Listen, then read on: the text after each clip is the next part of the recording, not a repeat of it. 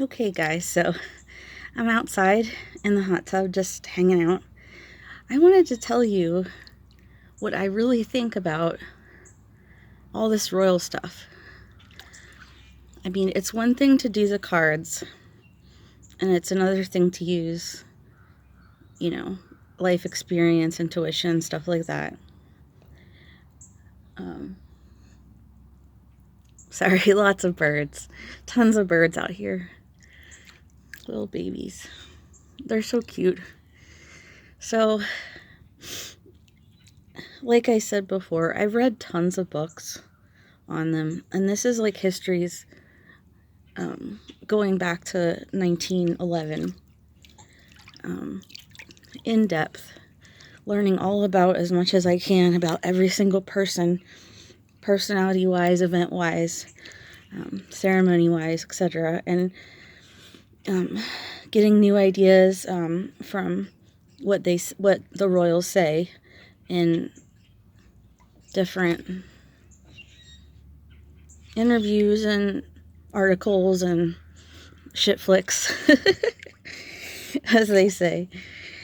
But what I want to talk about, I guess, is what I think really is happening right now.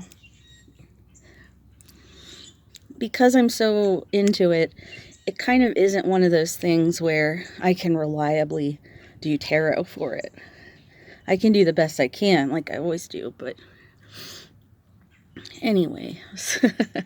So, let's see here. Okay, so I believe that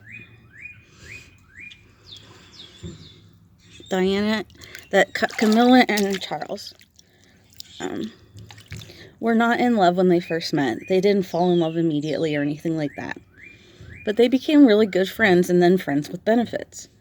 And because of the group they were in, it was just kind of normal to cheat on your spouse in that enclave and where they were, how they were, what they acted like. And she had her husband, and I don't think he protested. I don't know if he even wanted to marry her until after she was married. But I believe that Camilla wanted to be with him after she found out about him more and learned about him more. She may have even targeted to become his friend, but I doubt it. It was probably just something she thought of over time. It is well known, but somehow no one seems to understand that this is a thing.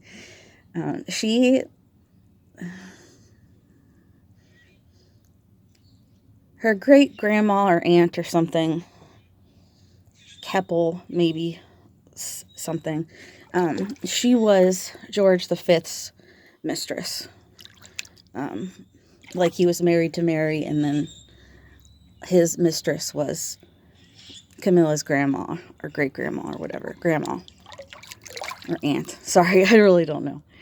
And she wanted to do that too. Like, she kept talking about it to all of her friends when she was younger, even about how proud she was of her mistress relative, which is so bizarre. But I've come to believe that she's actually a narcissist and doesn't consider what people think or feel, but she's like subvert and tries to get things that really aren't hers. She just wants to get what she wants, and she's very clever about staying in the background and using Charles as everything: a shield, a scapegoat, a codependent. And it got like that over the years. It didn't happen all at once or anything.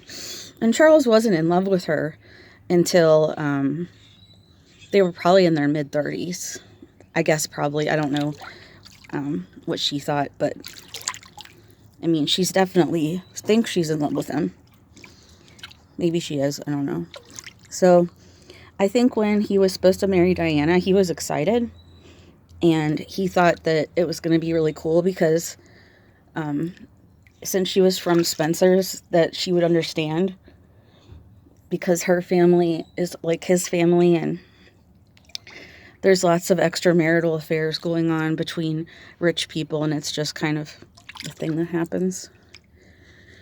But she was 19 years old, and she also had bipolar disorder, which, seriously, guys, just look it up. It's totally obvious that's what she had. And in the late 80s or early 90s, she actually started taking medicine for it. And that's why her body changed slightly. But anyway, so it was really difficult. She had a postpartum depression. She was obsessed with him, but probably didn't love him. She probably loved him, and he tried to love her too. And when she found out that she was going to lose to Camilla, and Camilla rubbed it in her face a million times and laughed about it and thought it was hilarious, and this is like a teenager that she's doing this to, pretty much no one in the family would help her because she wouldn't take her medicine, and she was being mean to Charles, but also that Charles is protected and no one's going to tell him what to do. They can give him advice, but you know how it is. So just a lot of things happened that made her a really, really, really good person, but having a lot of problems. And she was a better person than the rest of her family, but than Charles and Camilla. But because they were even-keeled and were a lot more mature and older to deal with this, they got out of this without any emotional trauma. They're just like a problem. I think that Harry and William were actually really traumatized by their parents fighting, and when their mom died, and how their mom was so close to them and obsessed with them, and then she was just gone, and there was no one there to fill the place at all. I think that William turned to drink, and I think that Harry did too. I think that William realized how much he could get girls' attention, and it felt really good to him. He could finally get attention, like he used to get from his mom, and it made him feel better. I think Harry, his doing drugs is not as good as when he goes to Africa, when he's in the army, when he's doing his job. That's like his real self, and if he isn't doing that job, he's like useless to himself and others, and he can't be a good husband if he's required to lead. I don't know. So I think that when Kate and Will got together, she was ready to be with someone, and he wasn't, but after a while he was.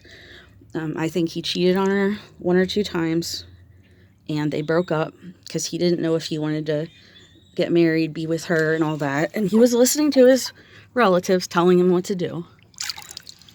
Telling him, please, can you please pick someone who's an aristo? Please don't pick someone that's like just below, because it might be a problem. Well, it turned out that he picked well, and Kate was fine, and she's a good person, and they have good empathy and stuff, and they're really good parents. But I think he still has a lot of things, a lot of times when there's like a big giant temptation in his life to do bad things. And he knows it's so easy, he could just like get what he wants immediately. But he also knows that Kate's probably the best, like a miracle that he got her, and he can't ruin it. And I'm sure he feels like he's really kind of trapped sometimes, and that he's tempted to just run away from it all. And he's equated, I think in the beginning he equated Kate with the monarchy and his job, but now he realizes that she's his only help. She's the only one that understands, because Harry's gone now. He ruined it. And what I think happened with Harry and Meghan was this.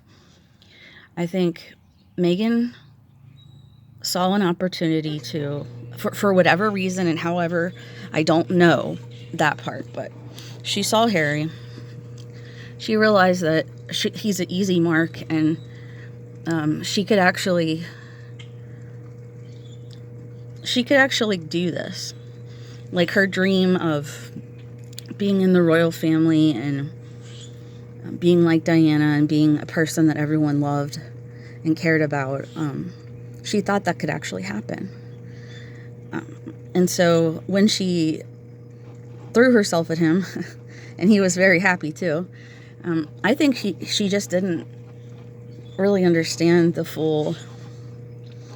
Neither of them understood like how many people they were going to hurt from him wanting a mom and someone to love him, and her having ambition. That was... it was a little bit like Camilla's.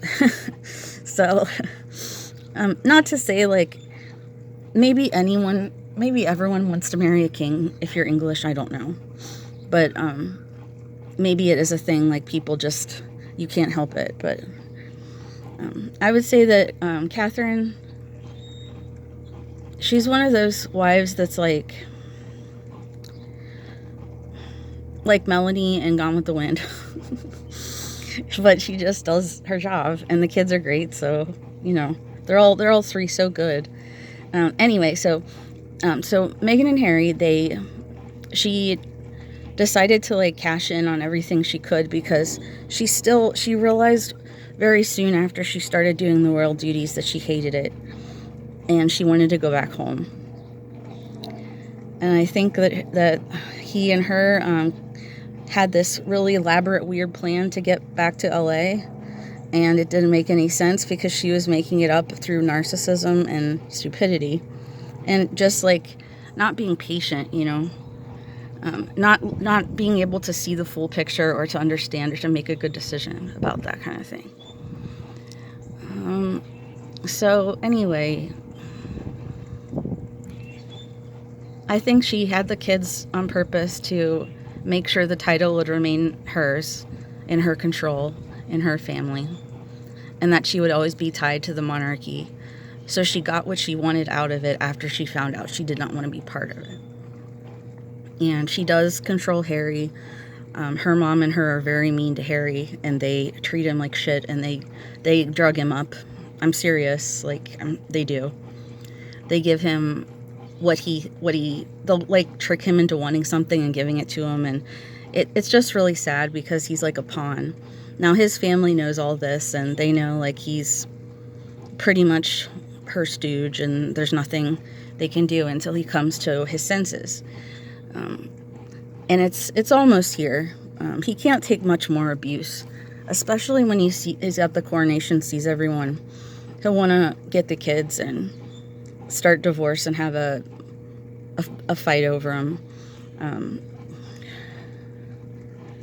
She'll divorce him, though, not he divorce her, and she'll fade off into oblivion with his money. Every now and again, she'll pop up, and when the kids come when they start turning 18, we'll see about what happens with them. I had hoped that Lilibet was not real, but the pictures show a kid that looks just like them, so like Archie looks just like her. You can't deny that. Like rationally, it seems like it would make a lot more sense for her to fake the daughter and use the name that would hurt the royals, and just do it that way. But the picture looks so much like Diana, really. She looks kind of like Diana. So anyway,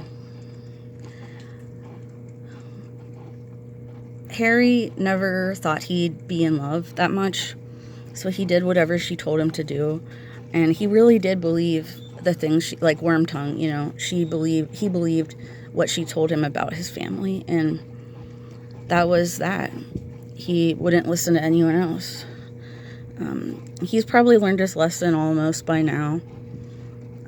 I know everyone just saw the video of them at the game, the sports game,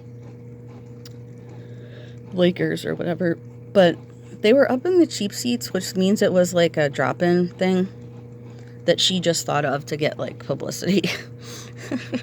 So weird. And he seemed really into her, but as narcissist counselor people will tell you, I guess there's a devaluation time period, which is right before they divorce, and he's going through it right now. She's giving it to him right now. I feel really sorry for the kids because they have a narcissist mother, and I had a narcissist mother, so I know how hard it is and how it can really, really mess up your life. Because you have no idea who you are because you're not allowed to know. Because who you are, your mother hates. So,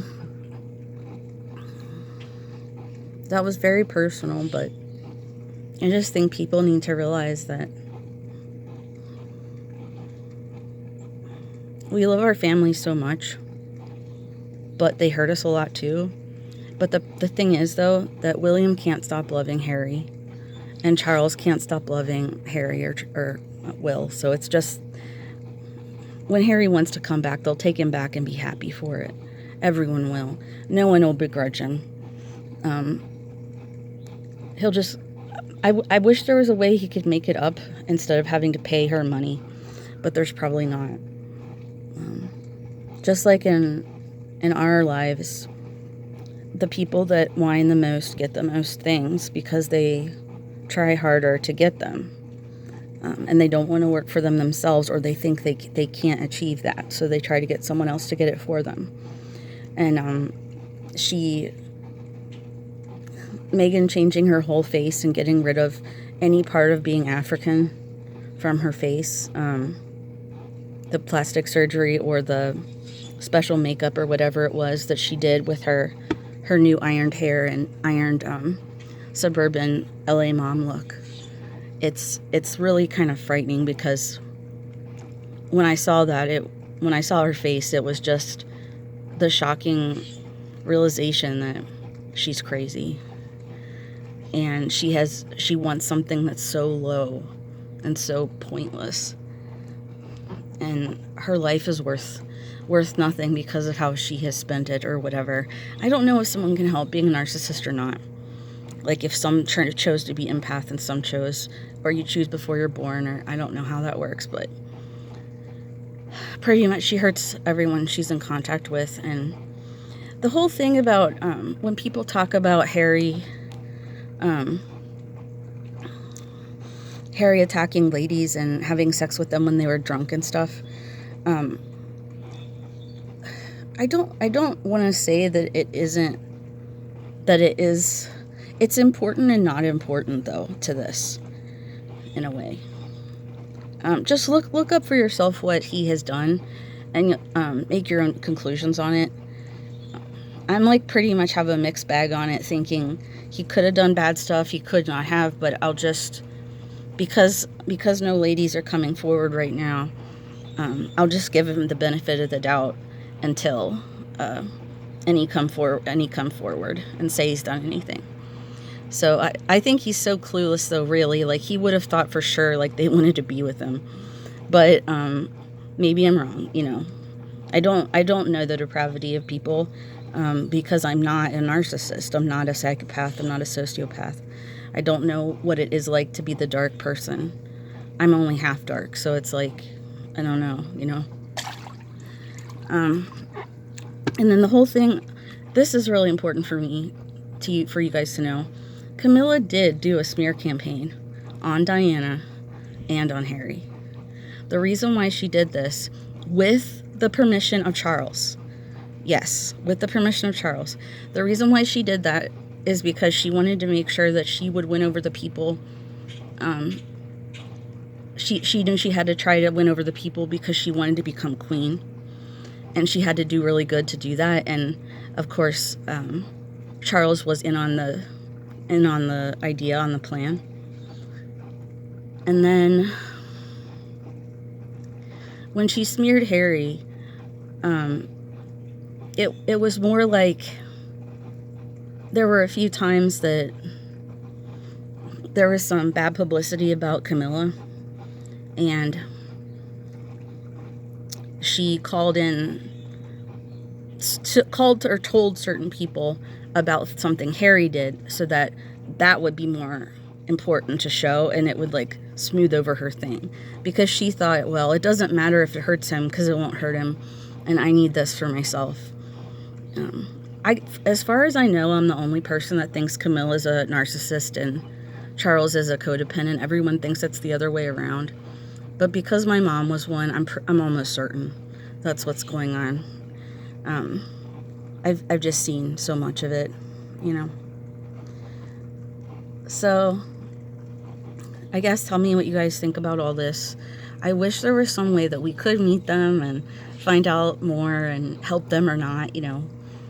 I wish we could talk to people we want to that are famous and learn about them or help them, or become famous ourselves if we want to. But the thing is that our lives are full and we have to do our job no matter what it is, and just get doing it where you are, you know. Meghan knows that, but only like in the way where someone says it like a platitude. She doesn't know it like you actually can live like that. So I feel sorry for her, but and I feel sorry for Harry, but they, you know, they'll be fine. Nothing bad's really going to happen to them. It's William I actually worry about.